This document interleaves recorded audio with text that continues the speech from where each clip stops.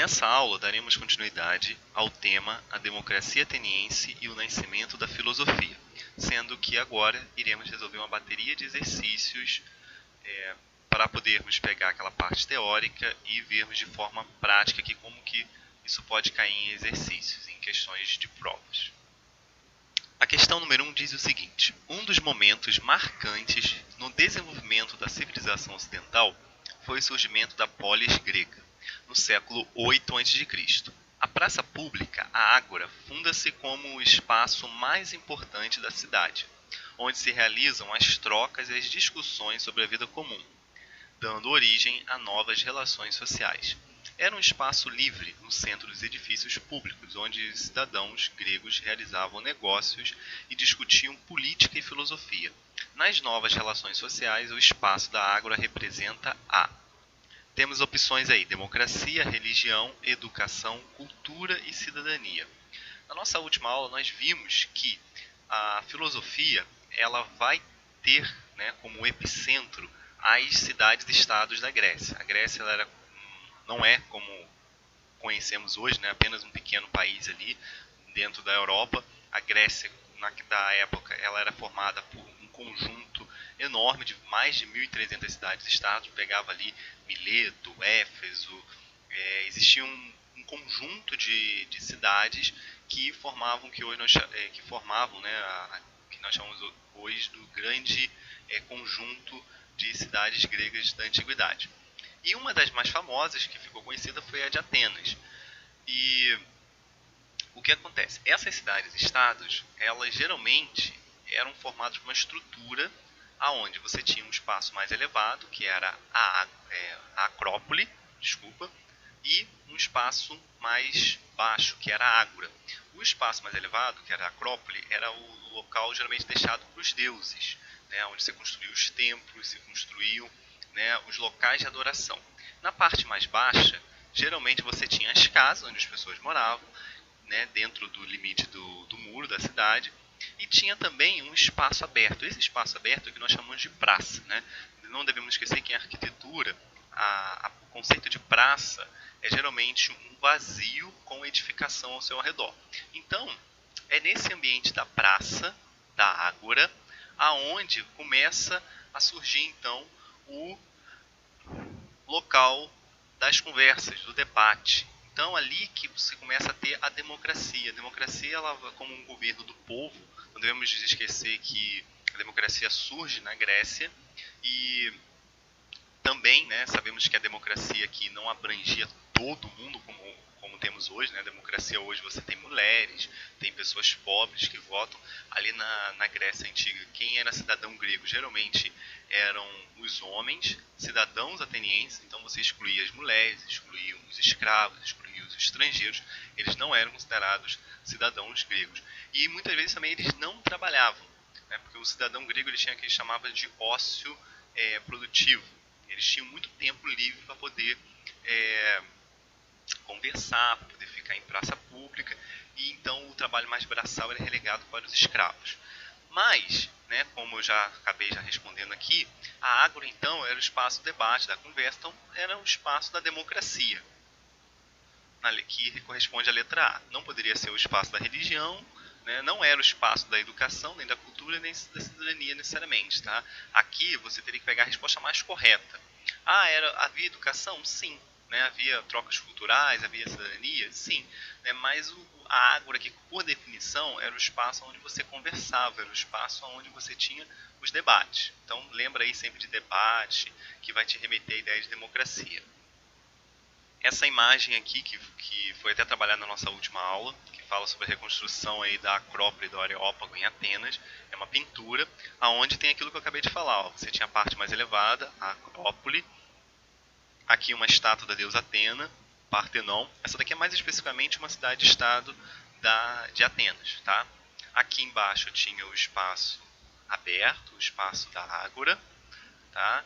E, então, essa aqui era uma configuração básica da cidade. Ela também era cercada por edificações em volta e tinha também o espaço do porto, que nós já vimos também que era um espaço importante para trocas comerciais, para trocas culturais. Mas, enfim, vamos para a questão número 2. Para a filósofa Hannah Arendt, o ser humano, viver na polis significava o ser político, o viver na polis, significava que tudo era decidido mediante palavras e persuasão, e não através do uso da força e da violência. Todos são iguais, não há desigualdade de comandar e de ser comandado, e todos são livres em expressar as suas opiniões. A partir das informações, podemos concluir como habilidades fundamentais para se projetar na polis. Aqui, esse texto, né, ele vai falar sobre o que é um ser político.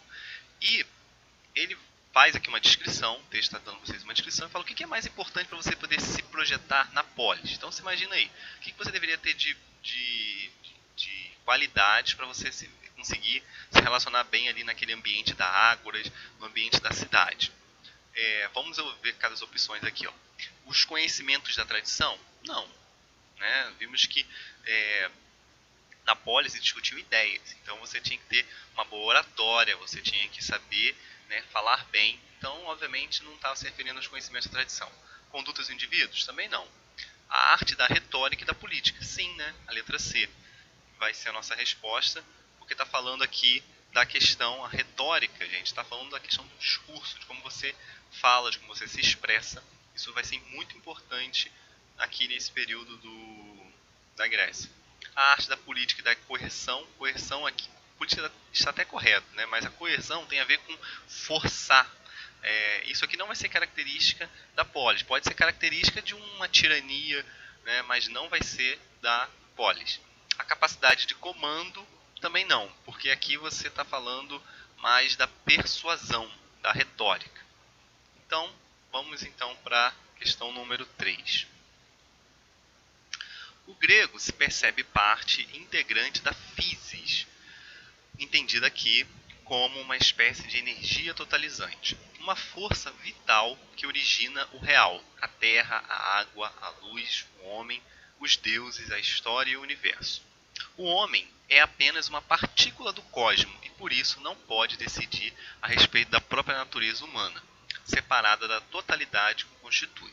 Segundo o texto, podemos concluir o significado do termo physis como: essa questão é bem tranquilinha, né? Physis, vocês já falei bastante sobre esse termo aqui. Physis, vocês vão se remeter, obviamente, à natureza. Então, quando vocês estudam comigo lá física, né, a física ela surge dentro da filosofia, sendo a parte da filosofia natural. Sabemos que a filosofia pode ter a parte da política, existe a filosofia política, existe a filosofia natural, existe a filosofia da natureza, né, que é a filosofia natural, tem a parte da filosofia moral, tem a filosofia dentro da parte da epistemologia, filosofia da linguagem, existem várias áreas dentro da filosofia. Agora, a parte que se preocupa com o estudo da natureza vai ser a que a gente chama de physis. A própria física vai surgir aqui dentro dessa grande área. Então, Isaac Newton, Galileu Galilei, eles estavam fazendo aqui filosofia natural na época que eles desenvolveram as suas ideias. Então, o físico, na verdade, ele é um filósofo, tá? Ele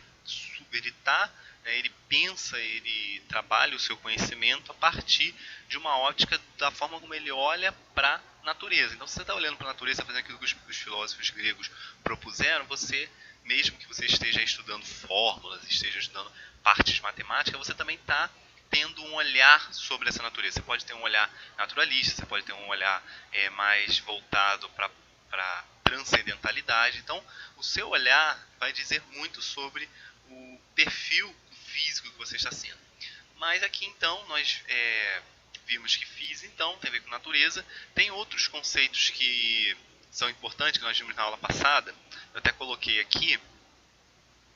Um deles já falei, que é o physis. Tem o logos, o cosmo e o arqué.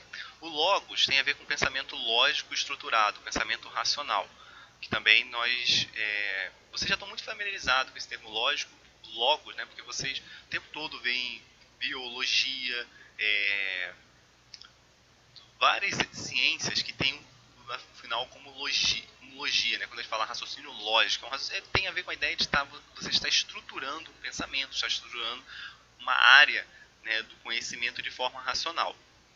O cosmo aqui, vocês não podem esquecer que cosmo surge em conceito grego como a oposição ao caos. Porque o caos é quando você tem vários elementos bagunçados, embaralhados, sem você ter um ordenamento racional. Quando você ordena o universo, você começa a olhar para o universo de uma forma ordenada, de uma forma sistematizada, aí você está fazendo um pensamento cosmológico. Tá? Sendo que também é importante diferenciar o cosmológico do cosmogônico, né? O que seria a cosmologia da cosmogonia.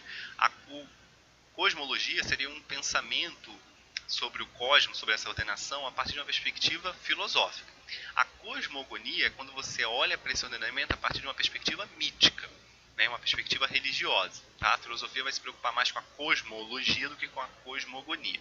E a arqué, que é um conceito também aqui fundamental, que é a ideia de princípio, né? A substância primordial.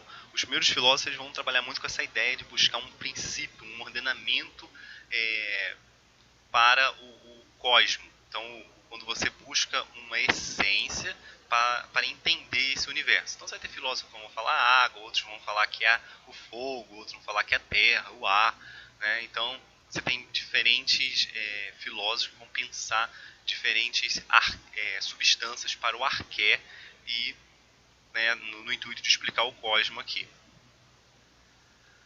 Mas enfim, vamos para a quarta questão, que diz o seguinte: Tales foi o iniciador da reflexão sobre a physis, pois foi o primeiro filósofo a afirmar a existência de um princípio originário e único, causa de todas as coisas que existem, sustentando que esse princípio de tudo é a água. Tudo se origina a partir dela. Essa proposta é importantíssima, podendo, com boa dose de razão, ser qualificada como a primeira proposta filosófica daquilo que se costuma chamar de começo da formação do universo. Eu já adiantei algumas coisas que estão aqui, quando eu disse no slide passado que na nossa última imagem ali, que os primeiros filósofos então eles vão se preocupar com a arqué, com a descrição da natureza, que é a physis, e a partir de diferentes elementos. Então Tales, nós iremos até depois numa aula específica falar sobre Tales e sobre outros filósofos pré-socráticos, ele vai trabalhar com a ideia da água. Você vai ter outros filósofos que vão trabalhar com outros elementos, alguns elementos, não necessariamente elementos físicos, alguns vão trabalhar com elementos mais transcendentais, vão trabalhar com algo mais imaterial, mas Tales ele propõe a ideia da água.